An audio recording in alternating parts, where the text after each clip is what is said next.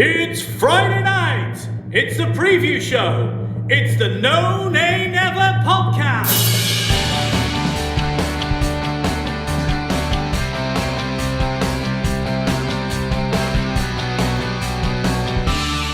Hello and welcome to the preview show brought to you by the No Nay Never podcast.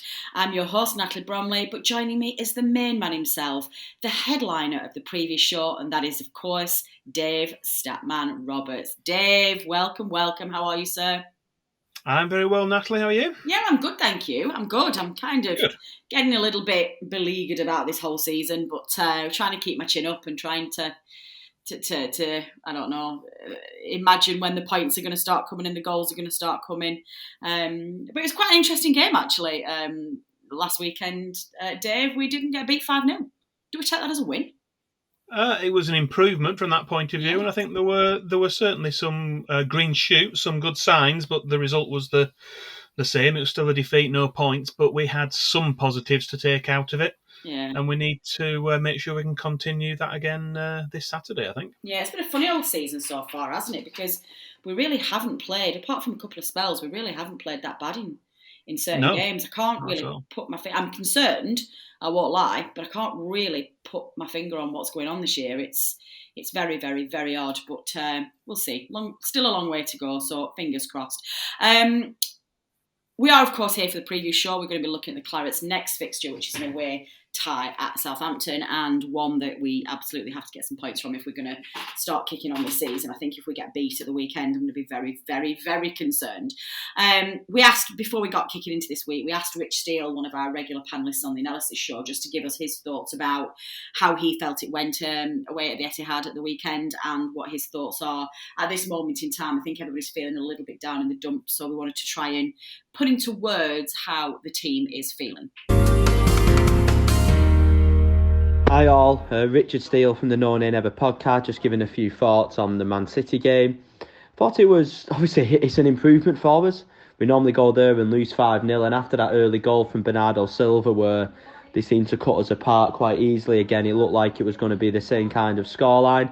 It was one of them, wasn't it, where City had a lot of the ball that we knew they would do. You know, they was around the box, but I didn't feel as threatened. I didn't feel like they had as much as a cutting edge as they normally do. Mahrez, who normally scores for fun against us, really didn't have his shooting boots on, and I think you can tell this season they are definitely lacking that number 9. And I thought we give it a good goal, but it's been the tale of our season, hasn't it? You know, there's other than Norwich really. There's been some pretty good performances in there, but we just maybe not got the rubber to green or not managed to convert. I thought first half, we responded really well. I thought Dwight McNeil and Cornet, looked a class above the rest of our players, if I'm being honest. Obviously, that was a fantastic, little run and ball for McNeil to play Cornet through, and I only expected one outcome, and that was a ball in the back of the net. So, but it was a good save from Stefan, who I thought played really well. I thought we was more aggressive on Saturday. We didn't just completely sit back. We did try and press, which can be risky against Man City. But I think when you had the 5 in midfield, obviously Cornet did start up front, but then he switched to the left. I thought we had a little bit more solidity. That's a formation I would like us to play a little bit more too. But we got high up the pitch, we pressed.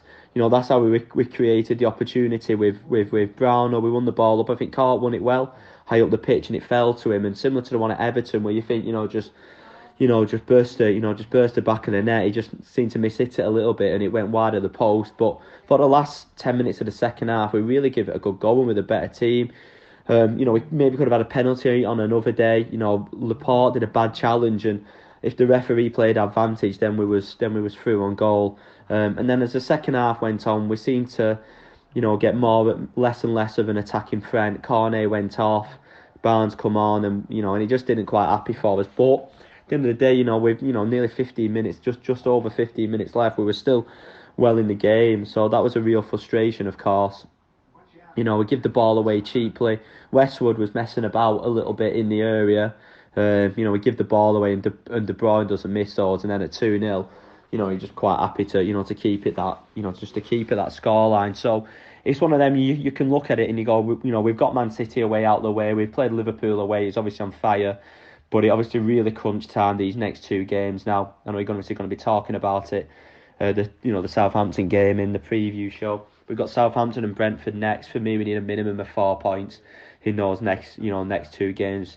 Brentford are looking a really good side. I've watched Southampton a little bit. They're not great, so hopefully we can get something down there. Just want to give a special mention though to Nathan Collins. I thought he was our man of the match. I thought he was our man of the match against Norwich. He's been absolutely outstanding. I think he's got everything. He reads the game well. He's got pace. He's very good on the ball. Let's enjoy him, Burnley fans, while we can, because I think he's going to go to the very, very top of the game. And obviously, Ben Mee's been outstanding for us. He's my all-time favourite Claret for what he's done for the club. But does he get back into the team? I know he's maybe 50-50 for this weekend. What I would go with, I go 4-4-2 on Saturday. I go Cornet and Cornet and McNeil out wide. If Vidra's fit, I put him up front with Wood. If Vidra's not fit, then I'd go back to the 4-5-1 and put McNeil number 10 and Gudmundsson out wide. For me, central midfield at the moment, I genuinely don't know who to pick. I would pick Brownell. I think he's the future. I think Westwood and Cork are struggling a little bit. So I think it's a toss-up between those two, but I think Dyche will go for Westwood and Brownell.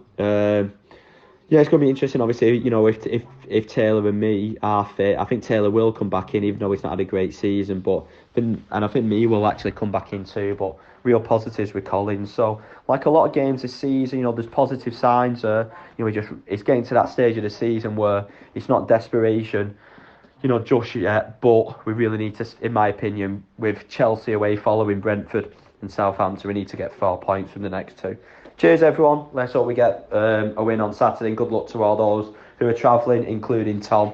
I was going to do it, but just a little bit too dear for me this time. So, enjoy it, Tom, and see you all soon. Yeah, it's a funny one, isn't it, Dave? It's you try and keep your hopes up for this season, but it does feel like something. It feels like we're a little bit further away, I think, to me, than where we have been in previous years. I'm a bit worried about where the goals are going to come from. I think Rich is right. I guess on that goal thing, what did you make of Dyche's comments this week about the shooting coach? That was an interesting one. It seems to suggest that that's where all of our problems are. Obviously he was asked the question and kind of prompted on that and mentioned about it. I think his kind of consensus view at the end of it was that if striking coaches was such a good thing, we'd see loads of them everywhere. Absolutely. And you don't tend to see them. And right. It is kind of a confidence thing, I think, sometimes with strikers. It's nothing. A couple of wins and a couple of goals wouldn't put to bed for a while if we managed to do that. If we managed to get a win on the South Coast and then another home win next weekend, it'd look totally different. But you need to get those results. We need to see some results coming through. And in some ways, you prefer to have a mediocre performance and rag a 1-0 win rather than playing really well and drawing or losing. Yeah, that Norwich game for me is literally alarming in my brain. We couldn't be a Norwich side that had lost all 6 of their opening games, lost them, not one, lost them all, and we just looked a little bit toothless for me. So I keep looking at this and saying, right, well, we're going to Southampton. You think, well, how are we going to beat Southampton away when we couldn't beat Norwich at home? I'm just, listeners, you're going to have to help me out here. You're going to have to help put Bromley's chipper up. Let's get a little bit excited again, and somebody can put me back on track this season. And you can start by that actually, Dave, because why don't you dive into last week's quiz question, please? We've got a quiz question to give an answer to, and I think that was obviously in the previous show, looking back at the Manchester City game. We asked our listeners, and it was following, of course, the special international podcast that we put out with former Burnley chairman Barry Kilby. The question was, which ground was former BFC chairman Barry Kilby ejected from as a youngster along with his father? Now, this was a sneaky one, Dave, because this is not something you can Google, is it? You couldn't Google it, but you could listen to our podcast and listen carefully and find out, and a few people did.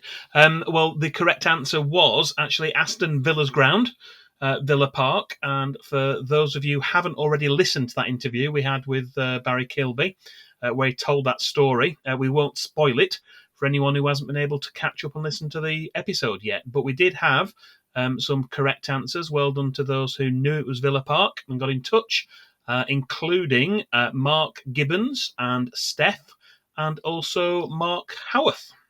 Good stuff.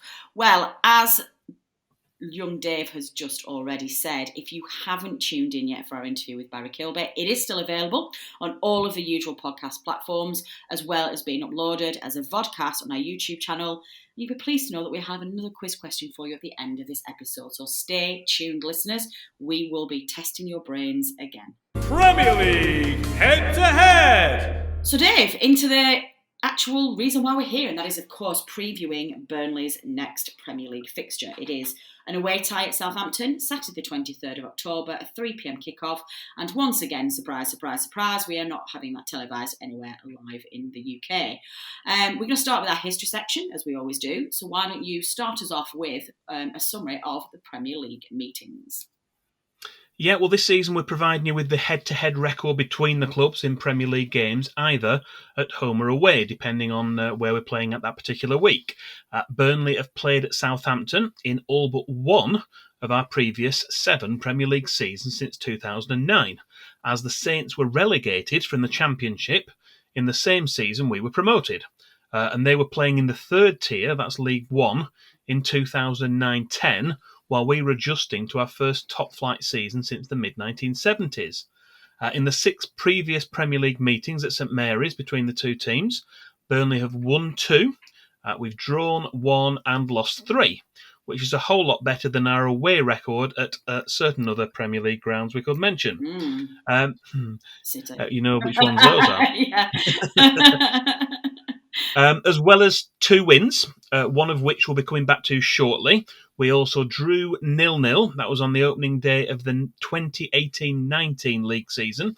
But that wasn't our first match of that particular season, as we'd already played 3 Europa League qualifying matches by then, home and away against Aberdeen, and also the away match in Istanbul. With a couple of Premier League away wins at St Mary's under our belt already, we'll be hoping to add to that tally and make it a hat-trick this Saturday. We certainly will. That would be a good thing. Memory match. What about memory match then? What have you chosen to highlight for this particular feature? Well, we've mentioned that Burnley have already had a couple of victories at St Mary's in the Premier League era, so we're going to focus on one of those wins for our memory match for this episode. That means we have 2 matches to choose from, effectively. Sam Vokes scored the only goal. That was it. That's not the one we're choosing. Sam Vokes scored the only goal in a 1-0 win in November 2017. But we're going to look in more detail at a relatively recent match from February 2020, which, considering what has happened since, actually feels a lot longer ago than it actually was. Okay. Burnley were playing in their all-green 3rd kit from the 2019-20 season, and we took an early lead in the Saturday lunchtime kickoff, which took place under the threat of wet and windy weather conditions caused by Storm Dennis. Little did we realise back then, but this match at St Mary's was played just 1 month before English football was suspended due to the coronavirus pandemic. In just the 2nd minute, Ashley Westwood's in-swinging corner, helped a little bit by Storm Dennis perhaps, was left by Danny Ings and also by goalkeeper Alex McCarthy and went straight in. Goals scored direct from corners are relatively rare events. I think Burnley have only ever scored 9, although this was actually Ashley Westwood's 2nd, as he'd already managed the feat at Liverpool. That was back in March 2019. Ex-Clarets striker Danny Ings, he levelled the scores after 18 minutes with a turn and shot past Nick Pope. However, Burnley regained the lead with a well-taken goal from Mate Vidra, and that proved to be the winner. And we're going to return to that goal again later in this episode as it features as part of our Stat of the Week section. Ooh, you little tease. That's going to be an exciting feature. Well, let's get to that point very, very quickly then. Let's go through the next section, which is on this day. What's happened in previous seasons on this day? Yeah, well, we're looking back at matches played in the past on 23rd of October, and Burnley have won exactly half of the previous matches. We've played 20 of them and won 10 of the matches played in the past on 23rd of October. We're going way back, actually, for the first one of those. That's way back in 1886. That's even before the Football League started. We played out a 3-3 draw. That was at Astley Bridge near Bolton, and that was our second FA Cup campaign. Although the teams drew then, they had a replay, they drew again, 2-2 a week later, but both teams actually scratched. They neither progressed to the next round, and looking at the newspaper reports at the time, no one's actually 100% sure why, but there you go. After a 2-1 defeat at Grimsby in 1897, we won 2-0 at home to Fulham in 1909, and 2-1 away to Spurs in 1920. Those were our last 2 wins on October 23rd for over 45 years. We had 3 draws and a defeat in the intervening period, before we returned to winning ways with a 2-0 home win over Sheffield United in 1965.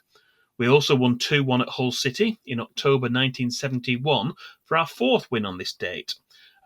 Our other 6 wins have come in the last 10 matches played on this date.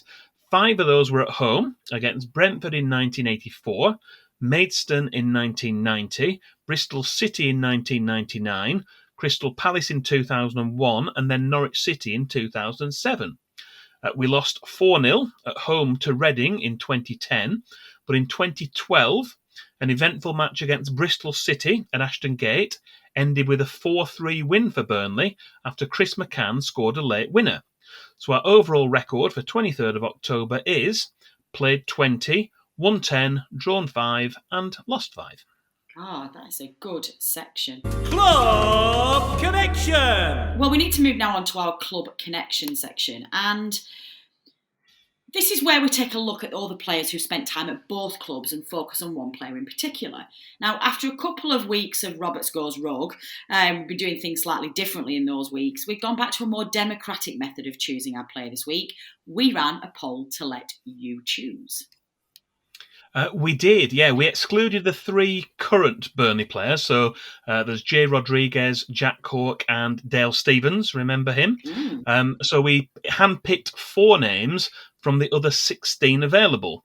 And we ran a poll on our social media to see which of these 4 players could tally up the most votes. And the 4 players there were to choose from were Brian O'Neill, Steve Davis, Richard Chaplow, and Wayne Thomas.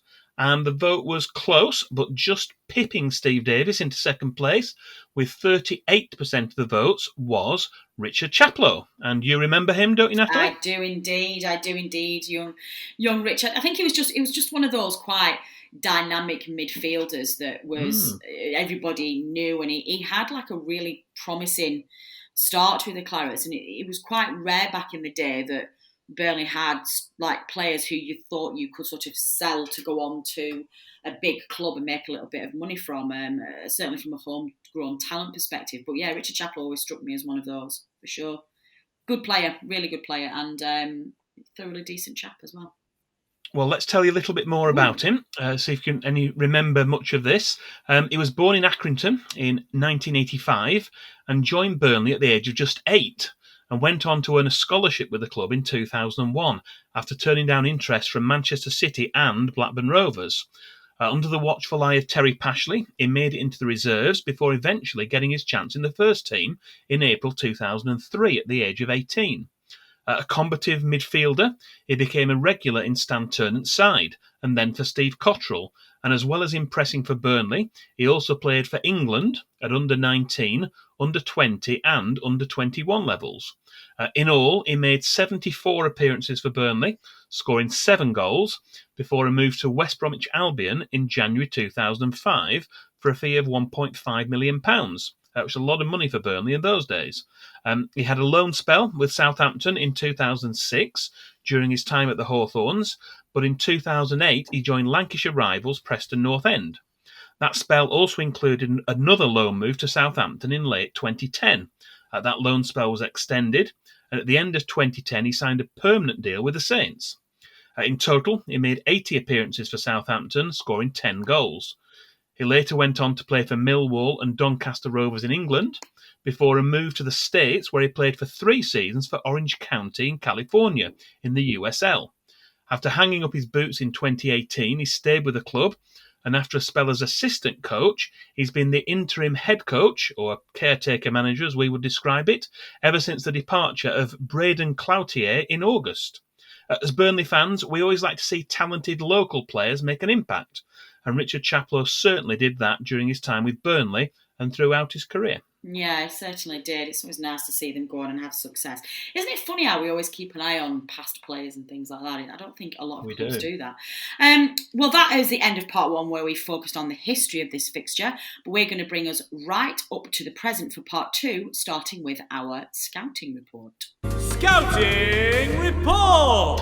Yeah, 54-year-old Austrian Ralf Hasenhüttl. He succeeded Mark Hughes as Southampton manager in December 2018. The club has remained faithful to their appointment, backing him during some lean spells, and did not flinch when the club suffered a 9-0 home defeat to Leicester City in October 2019, and more recently a 9-0 away defeat at Manchester United in February of this year. Their summer signings included striker Adam Armstrong, who left Ewood Park for the South Coast in a deal worth around £16 million, and they've also tried to shore up their backline with the arrival of 3 defenders. Frenchman Romain Perrault, Brazilian Lyanco, and Croydon-born Tino Livramento, who arrived from Chelsea.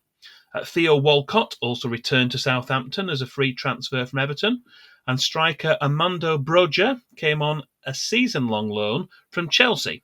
Ex-Clarets striker Danny Ings also left Southampton over the summer to join Aston Villa. This season, they've tended to line up with a 4-4-2 formation, or 4-2-2-2, as it's sometimes been described. But there have been a couple of games where Hasenhüttl has used a 4-1-4-1 formation instead.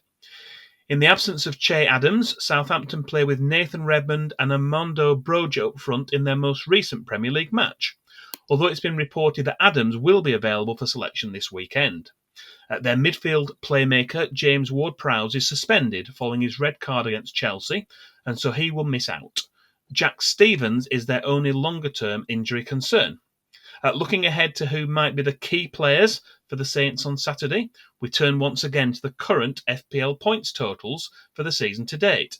After 8 game weeks, goalkeeper Alex McCarthy is Southampton's highest point scorer with 28, and he's closely followed by right-back Tino Livramento with 27. For comparison, Chris Wood is Burnley's highest scorer in the FPL with 22 points, with just 1 Premier League goal to his name so far. Doesn't make pleasant reading that, does it? Who's going to be the referee then at the weekend, please?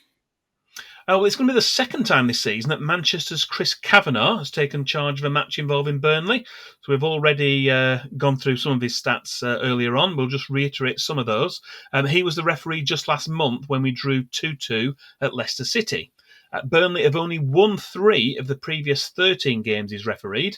2 of those were in the Premier League, with home wins against Everton in 2018 and Wolves in 2019, and our only other win was at Brentford back in the Championship promotion season of 2015-16. The only red card in those previous 13 games was for the dismissal of Everton captain Ashley Williams at Turf Moor in that Burnley win from March 2018. The video assistant referee on Saturday will be David Coote. Statman Dave's Stat of the Week! Well, I know you're not going to leave that there, Dave, because I know you like to treat our listeners. So why don't you please delve deep into those pockets of yours and let our listeners have your miscellaneous Stat of the Week. Yeah, well, I'm recycling a stat this week as it ties in with this weekend's opponents, but it perhaps also illustrates one of the reasons why Burnley have been struggling. During our memory match segment earlier, we mentioned that Matej Vydra scored the winning goal at Southampton when the teams met in the Premier League at St Mary's back in February 2020. However, we didn't disclose that he had come on as a replacement for an injured Chris Wood during the first half of that game. So this week's stat is that Burnley have not scored a Premier League goal via a substitute since this match, which took place prior to the pandemic.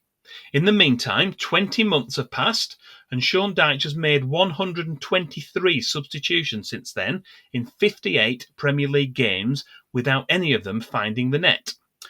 Although you can always hope that your starting 11 can score goals, it does help if there are goal-scoring options from the bench, which is something we've been lacking during most of 2020 and now during, most of 2021. Hopefully, though, history might repeat itself at the weekend, so we don't need to mention this unwanted sequence again. No, let's not. Well, how are you feeling about the weekend's game, Dave? Obviously, we've talked about our general concern about the way this season's going. Southampton aren't having the greatest season themselves either. But even so, an away tie to Southampton's not really another one of those fixtures that you feel like you've really got to try and get some points from, but also it's going to be really, really difficult to get some points from. It's one where we've had some joy in the past. We've mentioned those couple of wins previously. The one with Sam Boakes, another substitute, by the way. He came on as a sub and scored in that game. And Matej Vidra's scored there the last couple of seasons. Obviously, we didn't get a win last season, but he did score in that game as well. So maybe he's got a bit of a good record playing down there. It's one of those games, I think, where, no away game's easy in the Premier League, whoever you're playing, but Southampton haven't had the best start. Yes, they've had a win already. Maybe that's taken the pressure off them a little bit. The pressure certainly is on us to get a win, but it's an opportunity to do it. I think it's if we can take in the form that we had against Manchester City, the way we played in that game, I thought there were some positives in that. I think if we can continue that and just maybe get a little bit of luck in front of goal, that might be what we need to get our nose in front and stay in front on Saturday. Yeah.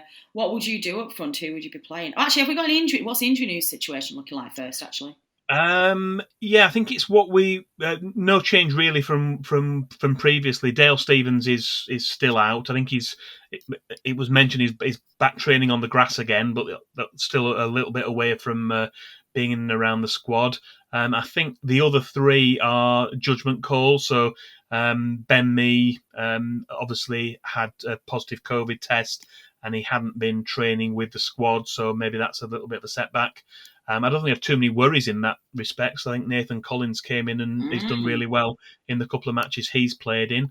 And I think Matej Vidra and Charlie Taylor were both, touch and go possibles for being involved on Saturday as well. So we don't have too many injury problems. And Southampton themselves, I don't think have too many injury issues. So both managers really can pick from virtually full squads. So who would you play? If you were going to, would you risk Ben Mee? Would you go with Collins? What would you do? I'd be tempted not to risk Ben. I think maybe give him another week off and be ready for the Brentford game. In terms of up front, I think maybe it's time to have Matej Vidra. Yeah, same. Starting and seeing what he can do, particularly with his record down there, scoring the last couple of seasons, if he can continue that. Although we tried a slightly different, didn't we, the formation at Manchester City. I think when the team was announced, it looked like a 4-5-1, and in reality, it was Cornet. When you looked at the information, Cornet, the time he was on the pitch, was actually the most advanced of all the Burnley players. So it did pan out a little bit differently to what it seemed to be when the team was announced. So maybe that does give us different options in terms of the way that Sean Dyche can set up. And at times there were Brownhill going forward and supporting Chris Wood, and other times, as we said, Cornet was the most attacking player as well. So we do have options of changing things around rather than just being a set 4-4-2. Yeah. What's going to be a score prediction then, please, Dave? I'm going to be positive and go for a narrow away win. Burnley to win 2-1. 2-1. Excellent. That's exciting. We've got some background music going on. Can you hear that? No. Ooh. I think I've got the ghosts in my in my laptop, listeners. I think it was some EBGBs going on. I think it's because Dave predicted a Burnley win. As soon as you started saying there was going to be a Burnley win, some like kind of spooky eerie music started coming on. Well, your background. cat's figured out how to work a CD. Yeah, that's true. For one of those. I'm also feeling confident of a Burnley win. I'm going to say it's going to be a more convincing Burnley win. I'm going to say 2-0. So, listeners, you know the drill by now. Let us know what your thoughts are. Is it going to be a win, a draw, a loss? Who's going to score? How they're going to score? Give us your goal predictions, etc., etc. You can tweet us at knownandnever, or you can send us an email at previewshow@knownandnever.net. Fantasy Premier League update.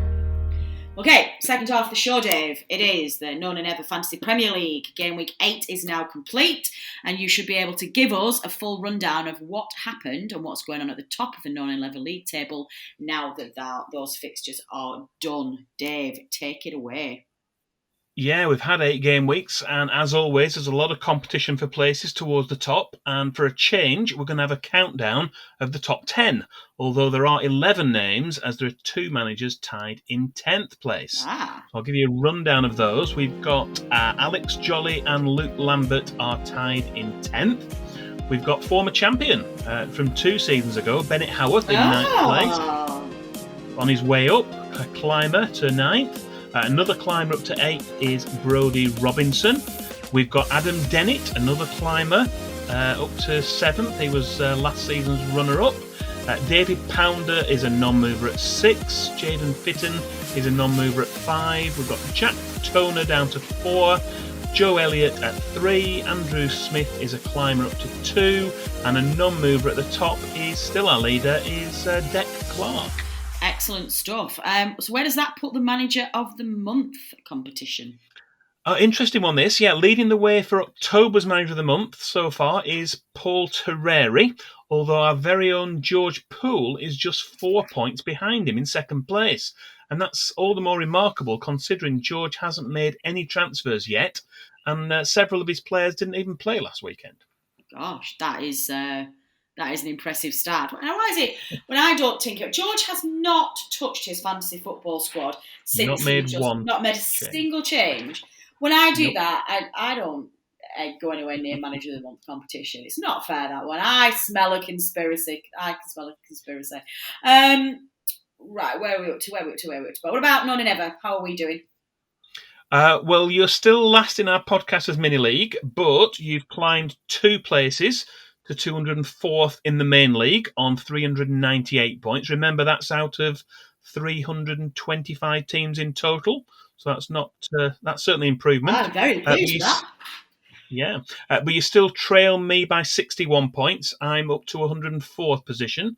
And we've already mentioned Adam Dennett in our overall top 10, and he's still leaving the rest of us way behind. But at this point, I did want to mention something regarding a bit of a clarification regarding relegation. One of our listeners was in touch this week, slightly worried that he might be in relegation danger.